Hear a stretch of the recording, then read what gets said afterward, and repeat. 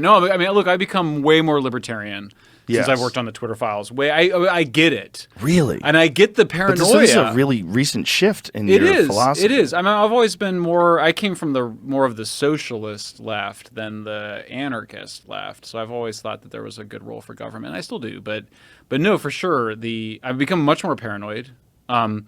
I mean, when you spend all this time in these documents and you see the way these guys kind of sneak around and they're trying to do all this stuff behind the scenes, it's really, it is like Elon thought it was funny. It was like, yeah, I mean, it is like these conspiracies are real. You know, they weren't. I wish they had. You know, I wish they were fake. Yeah, he sent me a text message. Turned out they're all true. LOL.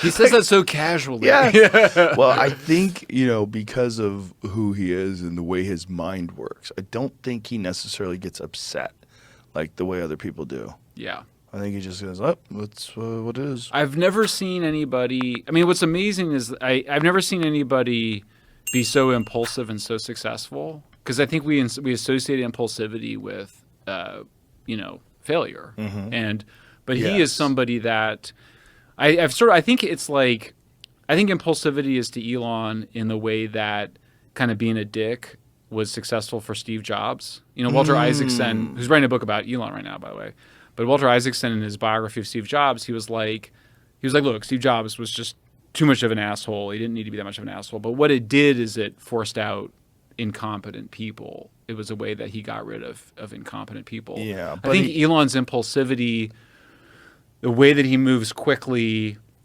like he overpaid for Twitter on the one hand. On the other hand, he owns Twitter.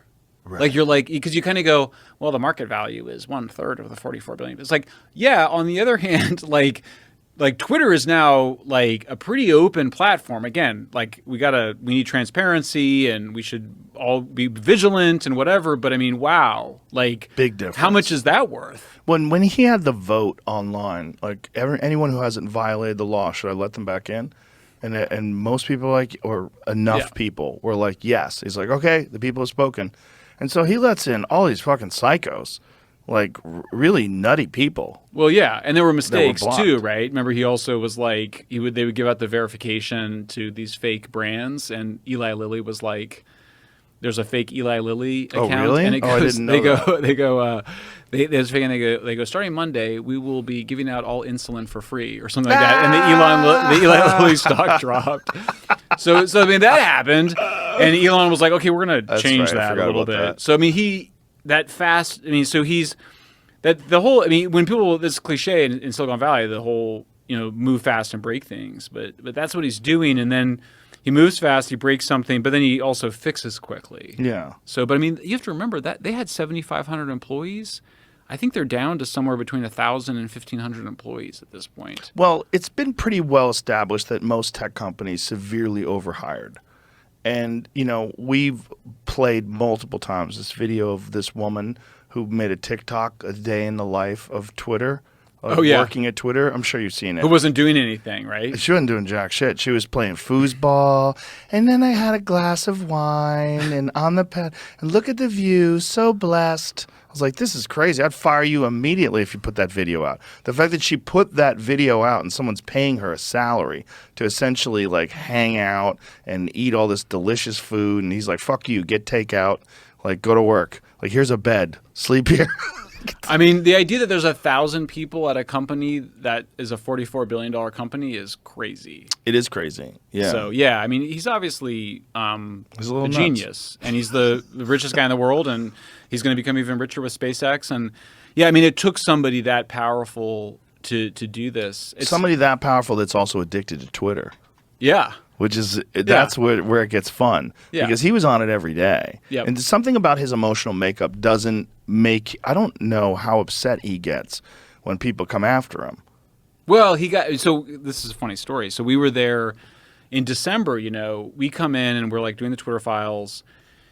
And then he ends up deplatforming people that he said had doxed his private plane. Yes. And there was a big controversy about it. Did they really do it? Whatever. I didn't follow it super closely. But Barry Weiss, who was there and who had brought me in, she criticized Elon in a tweet and was like, look, it was arbitrary before. Is it arbitrary now? Mm-hmm.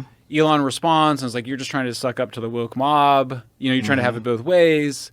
It was a mess, right? We were all kind of like, it was like, oh my God, they're all fighting. And Right. My parents are fighting. It's like, oh, my dad and mom are fighting again. And we're like, and I kind of retweet her, but it was like, okay, I retweet her, but we'd still like to have access to the Twitter files. We did, there's this famous clip that went viral when Matt Taibbi and I testified in front of Congress where this member of Congress goes, how'd you get in? They were trying to make it like a scandal that somehow we were reporting on the Twitter files. And I was like, I was brought in by Barry Weiss. And then she was like, oh, so it's like a threesome? and the whole room erupts into laughter. And I was like, well, there was actually a lot more people involved than that. And everybody laughed and Elon just loved it. Because, he's just like us. We're all just perverted Gen Xers at the end of the day, So he loved it and was very happy and was just like, all is forgiven with Barry if she wants to come back in, come back in, because I think he's also somebody that what I like about Elon, and I don't know him very well at all, is that he reminds me a lot more of because I spent a fair amount of time in Brazil, and Brazilians are just very emotional, and they're just like, the men will cry and they'll scream at each other and then they'll make up, and it's just a very expressive culture. And Elon's just expresses his feelings about things. When he's mad at somebody, he'll tell you, but then he also has shown this capacity to forgive. And so I think there's something there, in terms of, he